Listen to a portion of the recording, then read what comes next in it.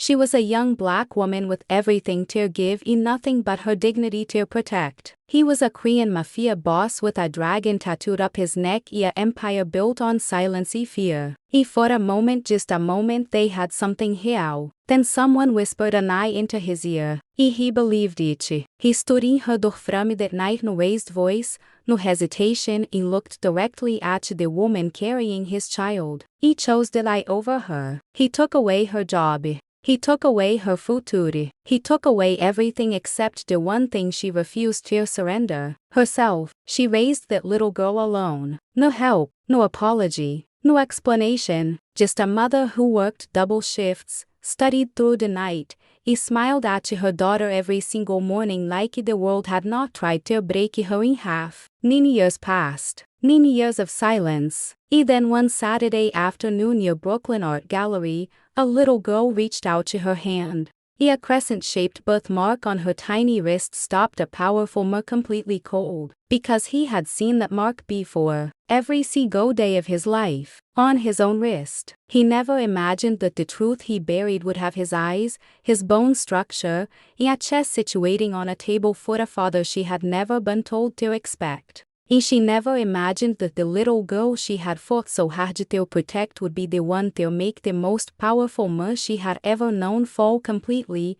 irreversibly silent. What happened next changed everything. Before starting the story, comment down below where you are watching from and what image is there. If stories of karma, love, and hidden truths move you, leave a like, be sure to subscribe to the channel, and click join to become a member and help our channel. There are moments in your person's life that do not announce themselves as turning points. They arrive dressed as ordinary Tuesday mornings, as unremarkable phone calls, as a strip of plastic sitting on the edge of a sink in a clinic bathroom on a street nobody remembers the name of. They arrive quiet. And then they split everything into before and after, and the before disappears so completely that sometimes the person standing in the after can barely remember what each felt like to breathe without weight. This is the story of one of those moments. Except that each did not belong to only one person. Each belonged to 3. And only one of them knew each yet. The 42nd floor of the Jangrabao Trade building did not look like the kind of place where lives were made.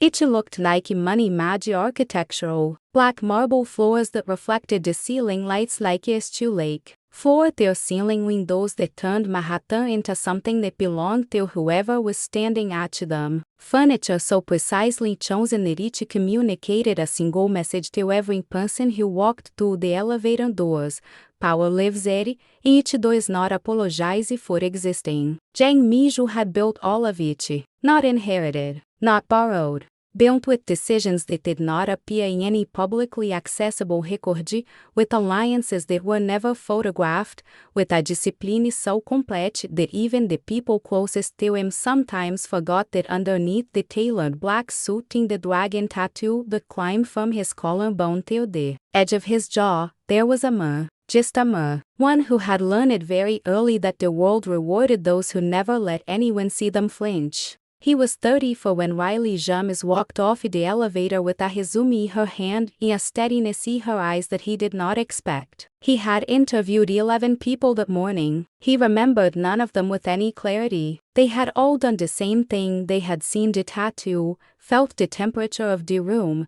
and immediately began performing a version of themselves they believed he wanted. Riley did not perform. She sat down across from him, looked at the resume in her own hand as though confirming something, set it on the desk between them without being asked, and said, before he could open his mouth, that she typed 94 words per minute, spoke functional Mandarin from 2 semesters she had not wasted, and that she did not need the job explained to her if he needed it done, only if he needed it done right. He hired her in 11 minutes. The interview was supposed to last 45. What grew between them in the months that followed did not have a clean beginning. That was perhaps the most honest thing about Ichi. Ichi was not a single moment. Ichi was an accumulation coffee left on his desk before he arrived because she had memorized his schedule better than his own memory had.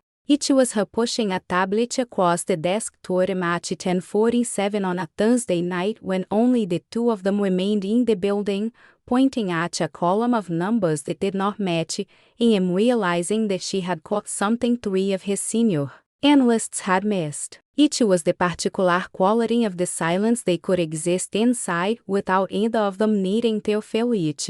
It was also arguments, real ones. The kind that required two people to actually care enough about the outcome to raise their voices. She told him once, directly without cushioning, that a decision he had made regarding a shipment routing would create a paper trail that a moderately competent investigator could follow. He told her that was not her concern. She told him with equal calm that she was making it her concern because her name was on the correspondence and she had not agreed to be someone as a paper trail. He had looked at her for a long moment after that, and then without comment he had changed the routing. He did not tell her that was the first time in 4 years that anyone in that building had pushed back on him been right. The first time he touched her was in October. They had been arguing again, this time over a report she had flagged with his annotations so thorough that it looked more like a critique than a document. He said she was wrong. She said the numbers said otherwise. He pushed the tablet toward him across the desk. He looked at the screen. He looked at her. In something that he had been holding at a careful distance for months collapsed the space between them without permission from either of them. The kiss lasted 3 seconds. Everything after that lasted much longer. They did not name what they were.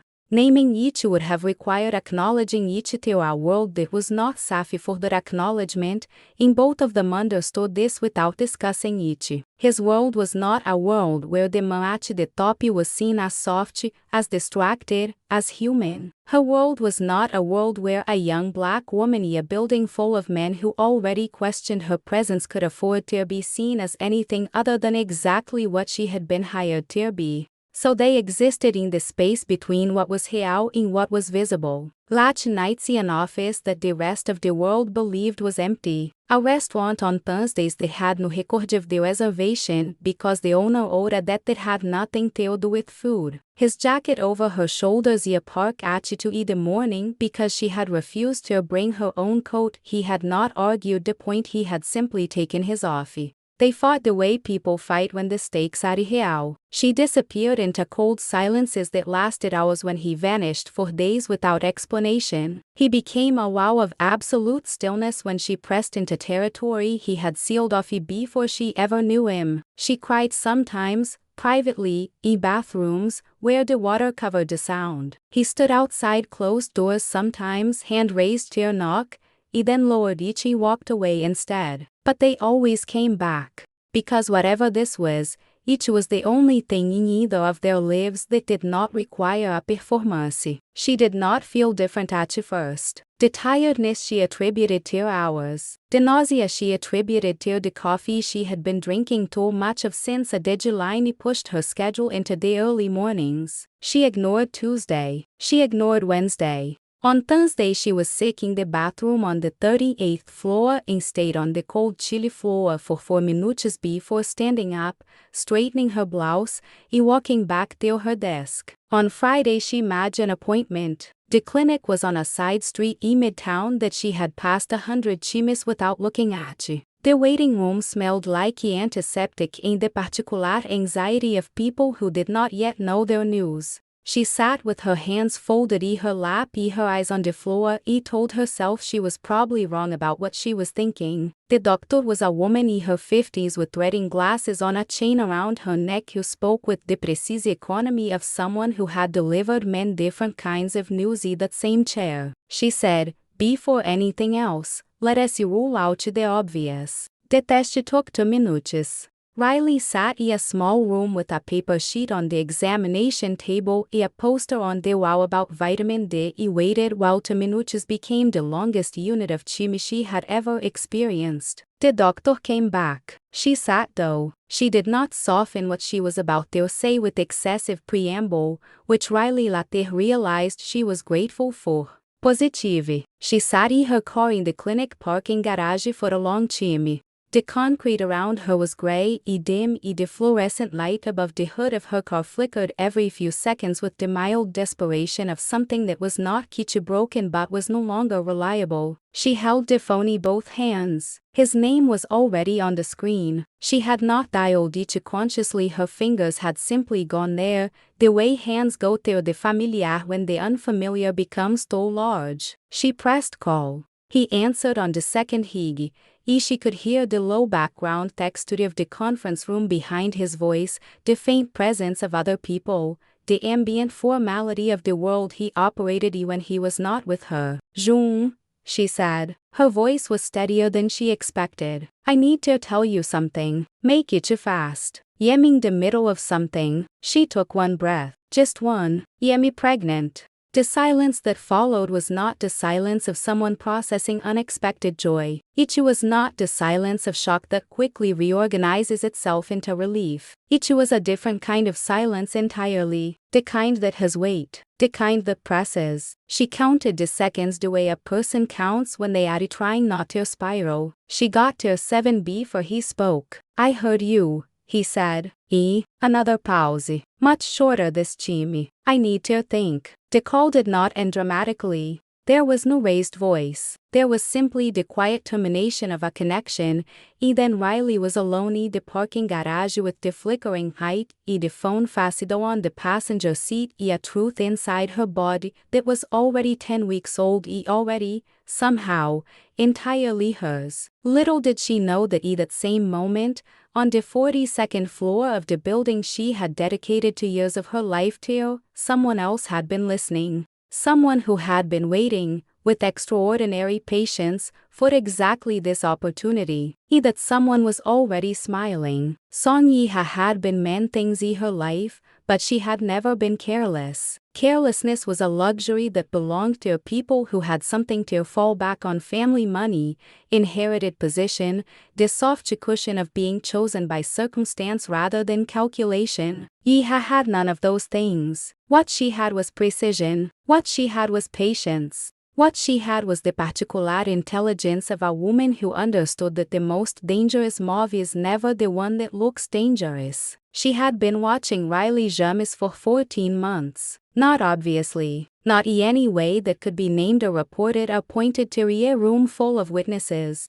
She watched the way a person watches weather constantly, peripherally, with the long-term attention of someone who understands that conditions change and that the person who has already read the sky will always have more to act than the person who only looks up when the rain starts. She had seen what was growing between Riley and Mijou before either of them had fully named each to themselves. She had seen each in the particular way his attention organized itself differently when Riley entered a room, not dramatically, not obviously, but differently, in the way that only someone already paying close attention would detect. She had seen each in the 11-minute interview, in the Thursday evenings when the building emptied and the 42nd floor lights stayed on longer than any deadline required. She had seen each, she had catalogued each, she had said nothing, because the moment to speak had not yet arrived. Yi-ha had loved Jang Mi-jung for 3 years before Riley James ever stepped off that elevator. She had loved him the way that certain people love, not warmly,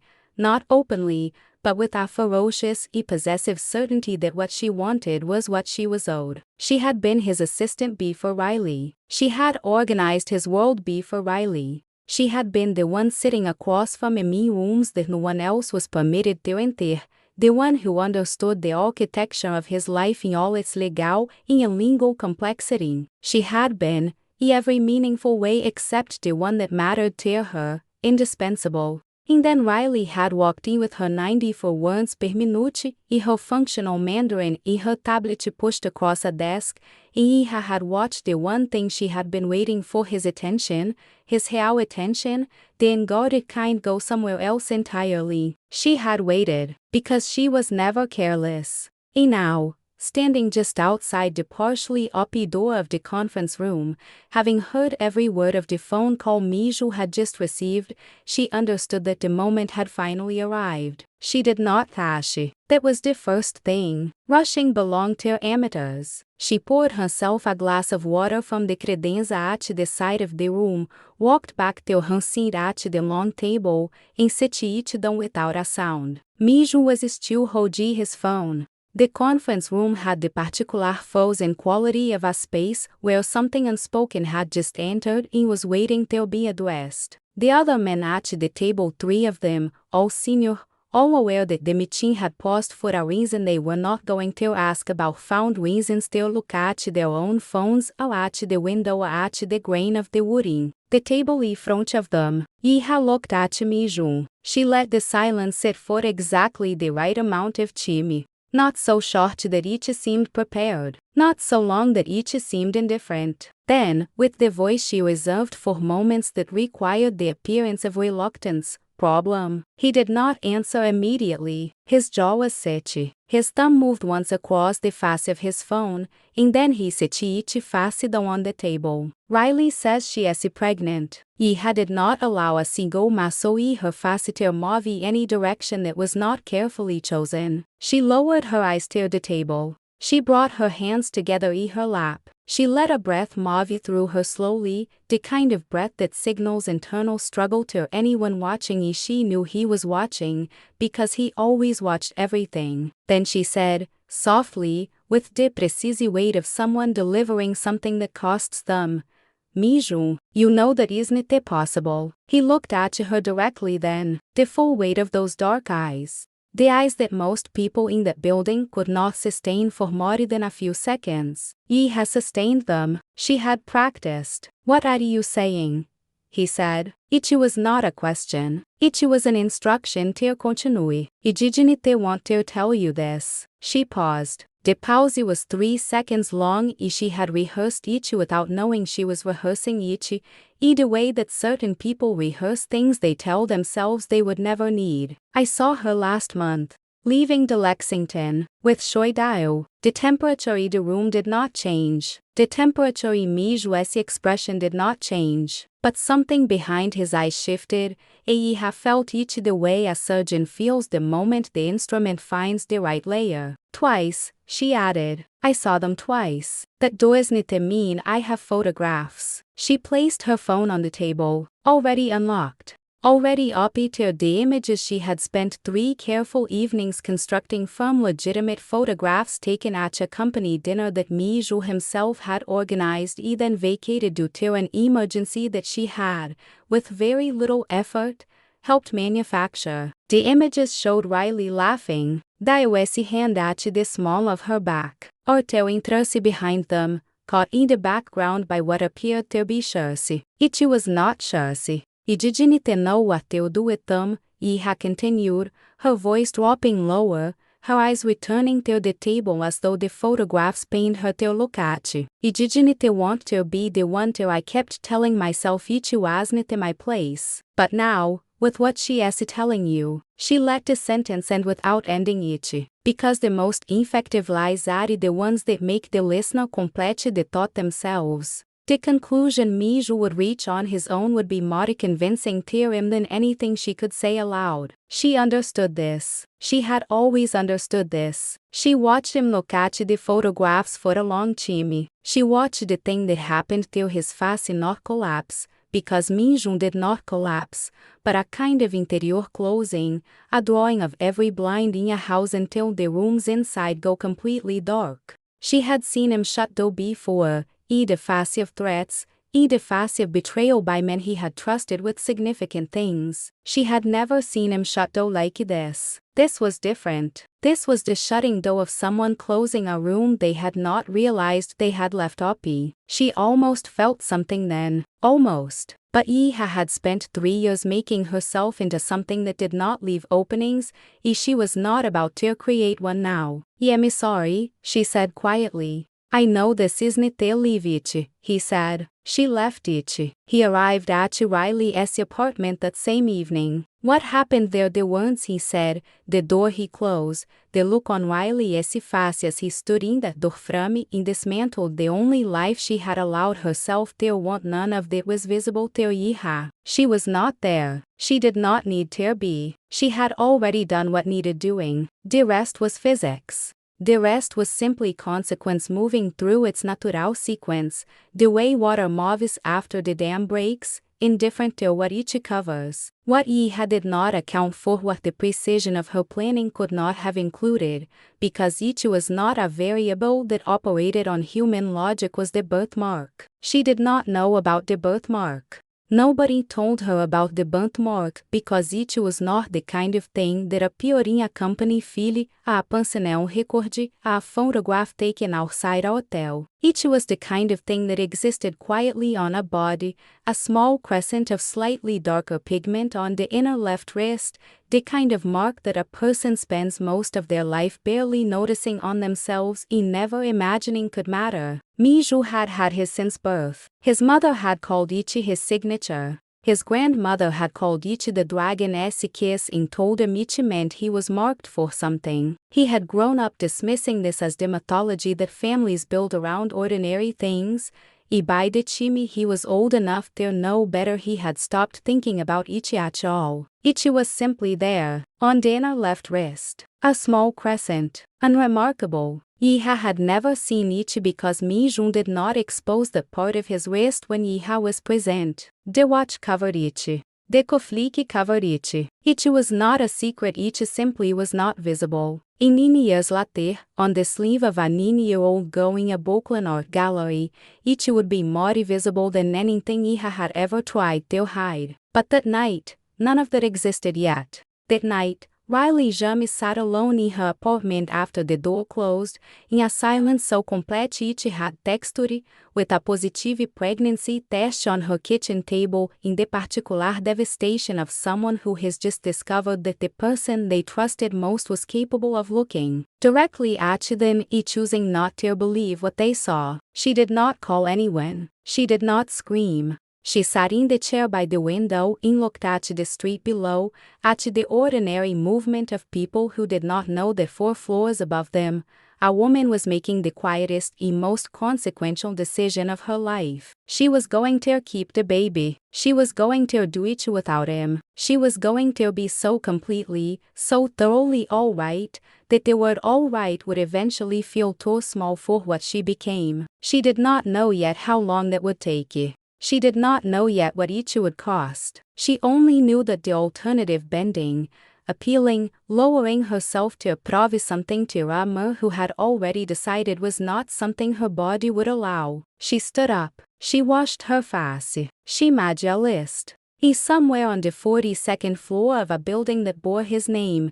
Jiang Mijou sat in an empty conference room long after everyone else had gone, staring at photographs that told a story that was not true, choosing because some part of him found it easier than the alternative to believe them. Little did he know that the decision he made that silent room would not stay silent. The truth, unlike lies, does not require maintenance. It simply waits, with extraordinary patience. With, as it turned out, exactly the patience of a 9-year-old girl who had never been told to be anything other than exactly what she was. 9 years is long enough to build a life. It is also long enough to forget, not the facts of what happened, but the precise physical sensation of them, the exact weight of a silence on a phone call, the exact temperature of a door closing, the exact quality of night a parking garage when the world splits in two. The facts remain. The body, mercifully,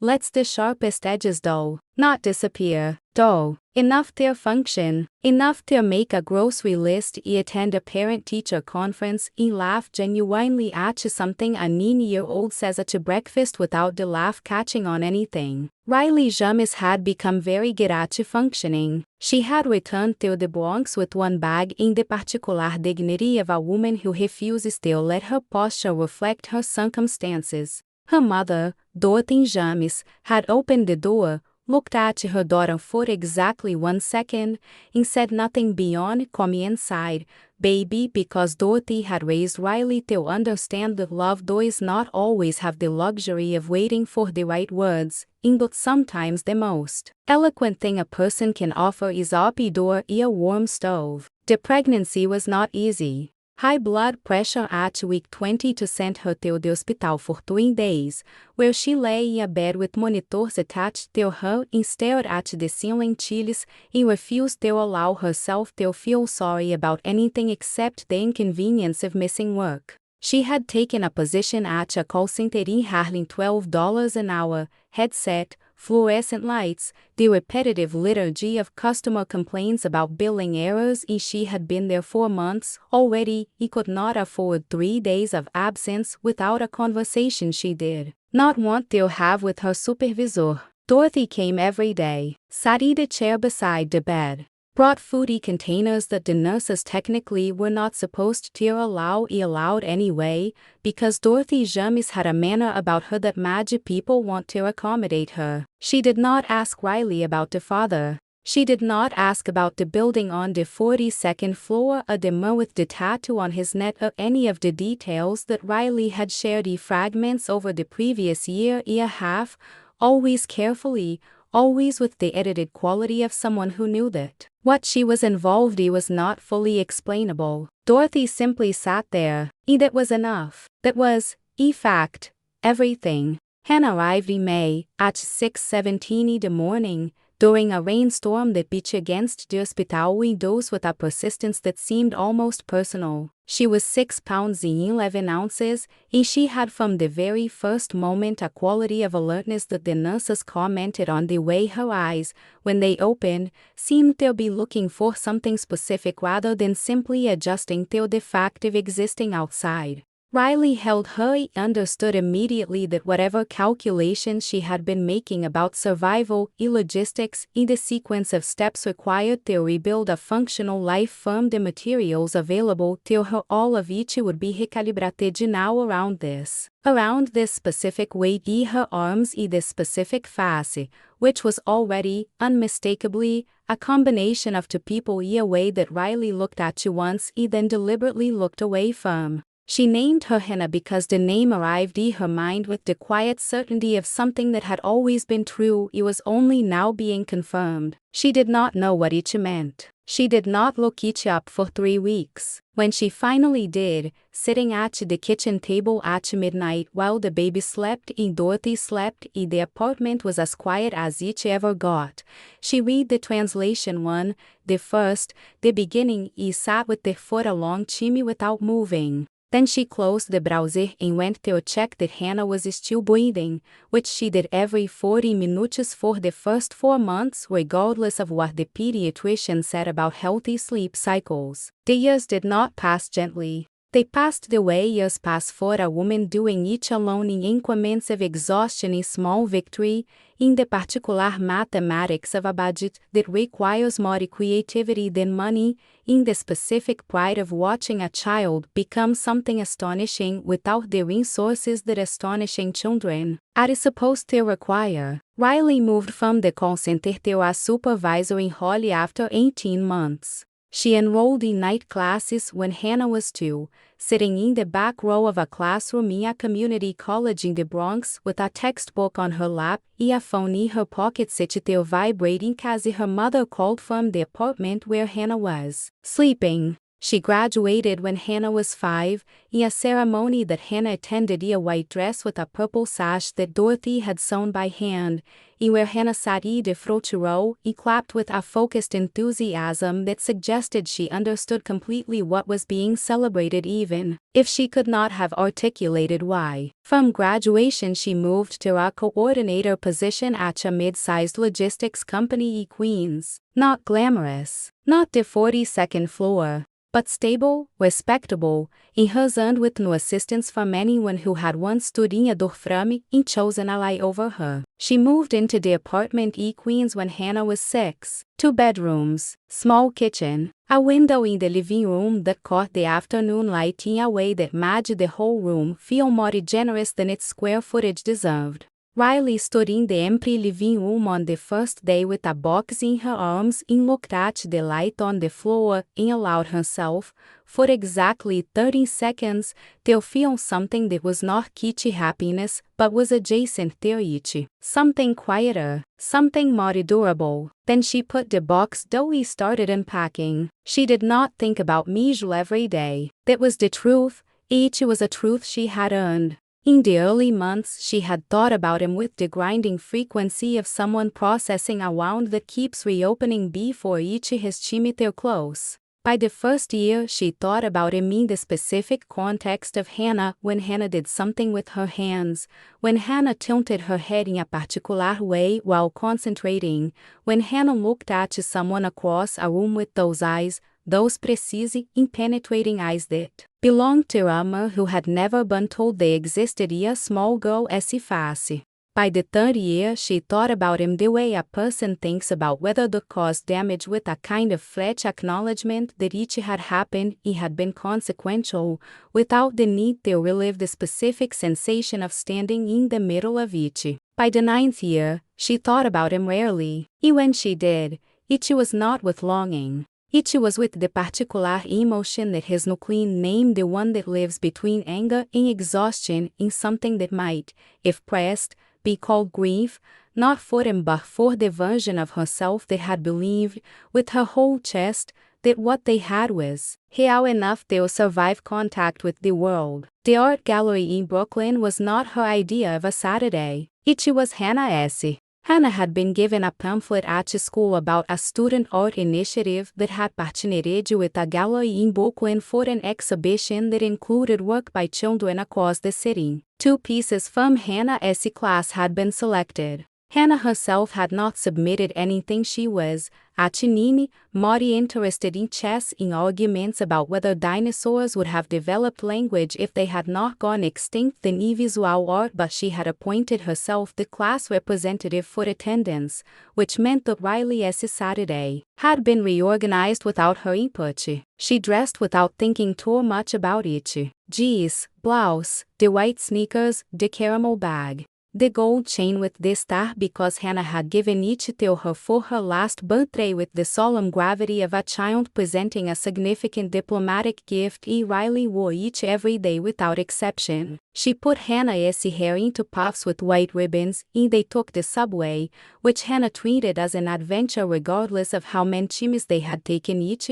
Nahatin observations about the other passengers, a whisper that was not as quiet as she believed it to be.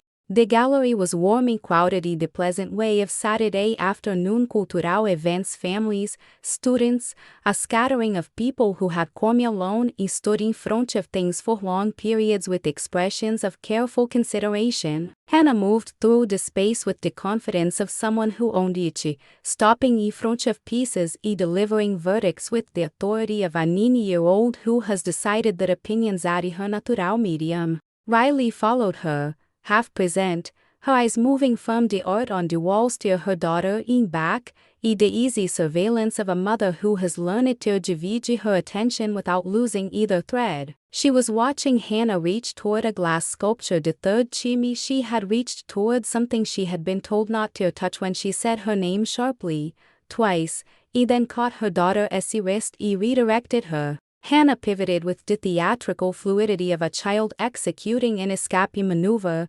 A pivotee knocked her small purple backpack against a passing figure. He looked up. Riley, following her daughter Esigazi upward, went completely askew. The man standing 3 feet away from her was taller than she remembered. Or perhaps she had simply spent 9 years reducing her memory to something more manageable than what he actually was. He was wearing black. He was always wearing black. The tattoo on his neck was exactly as she remembered it, the dragon climbing toward his jaw, the ink still dark and precise against his pale skin. His eyes were on Hannah, not on Riley, on Hannah, and on his face was an expression that Riley had never seen there before, not in 2 years of working beside him, not in every argument, in every quiet evening, in every moment she had believed she knew the full urge of what his face was capable of producing. He looked like a man watching the floor up beneath him. He looked like a man who had just understood something enormous and irreversible, and who had no idea yet what to do with the understanding. His eyes moved from Hannah's face to Hannah's wrist where the sleeve of the plaid dress had written up, and where the crescent mark sat on the inner left wrist, small and dark and patient, exactly where each had always been. Then his eyes moved to his own wrist, then back. The glass in his hand tilted. He caught it. The wine nearly went. He steadied himself with the physical discipline of a man who has spent decades refusing to let his body betray him. But his face had already said everything. There is a particular kind of reckoning that does not arrive with noise. It does not come with the dramatic architecture of a confrontation, raised voices, pointed fingers, the satisfying theatrical clarity of someone finally being told, in front of witnesses, exactly what they did and exactly what each cost. That kind of reckoning exists, but each belongs to stories that add each year than real life. The reckoning that actually changes people, that reaches into the interior of a person and rearranges something structural, arrives quietly. It arrives in a gallery on a Saturday afternoon. It arrives in the form of a child as erased in a crescent mark that no human hand placed there and no human decision could have prevented. It arrives, and then it simply stands there, waiting to be absorbed. Jean Mijo absorbed it slowly. He stood in the gallery with the tilted glass he had caught by reflex and looked at the girl in front of him, this girl with his eyes in his bone structure in the mark on her wrist that his grandmother had called the dragon-esque kiss, in something inside him that had been held at a controlled and careful distance for years simply gave way. Not loudly, not with any external evidence that anyone else in the gallery would have noticed. Just a quiet internal collapse, the kind that happens when a structure has been bearing weight it was never designed to carry, for longer than any structure reasonably can. Riley had already turned, already said her daughter's name, already began moving toward the exit with the focused efficiency of a woman who has survived worse than this and knows that distance is the first tool of survival. His feet moved before the decision was fully formed. Riley, she stopped. Her back was to him. Her shoulders did not change position, they stayed exactly as they were, level and controlled, because Riley James had spent years making sure that her body did not give away what her interior was doing. But she stopped. And the stopping was its own answer. Riley, I need you, don't need anything from me. The voice was low, precise. The voice of someone who has rehearsed this moment without knowing they were rehearsing it, in the same way that the body rehearses survival responses without conscious instruction. Please don't do this, Eddie. Hannah was looking at him with the unfiltered directness of a child who has not yet learned that staring is considered impolite in most circumstances. He has decided anyway that the information gathered by staring is worth whatever social caste it carries. You know my mole? She asked. He looked at her, at this person who was 9 years old and already, unmistakably, a force of nature, at the eyes that were his own eyes, a face that was also Riley's face, and the combination of those two things was so unexpected, and so complete that for a moment he was not certain he was still standing. Yes, he said, and his voice came out quieter than he intended. A long time ago. How long, Hannah? Riley's voice carried a warning notch that was gentle but absolute. I'm just asking. A long time, Mijo said again, because it was the truest thing he could offer in that moment without opening something that could not be managed in the middle of a public gallery on a Saturday afternoon. Hannah considered this with the judicial seriousness she applied to most things. Then, why is she making that face then? Riley closed her eyes for exactly 1 second. When she opened them she was already reaching for Hannah's hand with the practiced smoothness of a woman who has navigated 1,000 small crises without breaking stride. Mijo stepped forward, not blocking, not aggressive, simply present in a way that made leaving require a deliberate choice rather than a default motion. 5 minutes, he said. Please. They went to the cafe next door because Hannah wanted hot chocolate and because, as she explained to both adults with complete seriousness, important conversations should happen somewhere comfortable, which she had learned from a book about negotiation that she had found on Riley's shallow and read without asking permission. Riley sat across from him with her hands around a cup of tea she had no intention of drinking, her back straight, her eyes on the table, her jaw set with the particular tension of someone maintaining composure through an act of all that costs more than it appears to. Minjun sat across from her for the first time in 9 years and looked at what 9 years looked like on the face of a woman he had discarded, and found that it looked like nothing he had imagined. He had imagined, in the moments when he allowed himself to imagine it, that she would look diminished, that the years without the salary and the protection and the proximity to his world would have worn something away. He had imagined this because it was easier than the alternative. She did not look diminished. She looked like someone who had been tested by significant heat and had come out of it with a density that had not existed before. There was something in the quality of how she occupied her chair, not with the practiced elegance of someone performing composure, but with the genuine subtletiness of someone who has nothing to prove. He has known this long enough that it is no longer a thought but simply a condition. She was more herself than he had ever seen her, and it cost him something to observe this that he had not anticipated. "Ye lied," he said. Because there was no version of this conversation that did not begin there. "I know," Riley said. He looked up. "You know, I figured it out about a year after." Her voice was even. "When infected, the dinner dial and I attended was on your calendar. I scheduled it.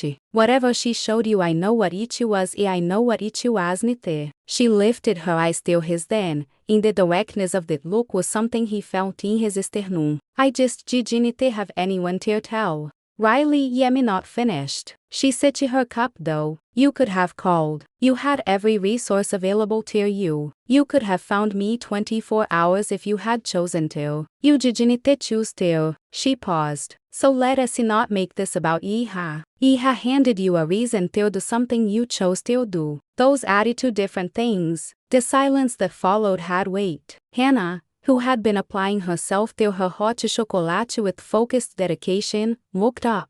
"Are you my father?" she asked. The question landed in the middle of the table like something solid. Minjun looked at Riley. Riley did not look at him. She looked at her daughter with an expression that was not warning, it was not permission, it was simply the face of a woman who has decided that she will not be the one to manage this particular moment for anyone else. Minjun looked at Hannah, at those eyes, at the wrist resting on the table between them, the mark visible at the edge of her sleeve like a quiet declaration. "Yes," he said. Hannah did not react with shock. She absorbed it with the same judicial seriousness she had brought to the question. Then she looked at her own wrist, then at his. "She has one too," she told him, nodding toward Riley without looking away from the birthmarks on her shoulder. "A different one. Hers is a star." She looked up.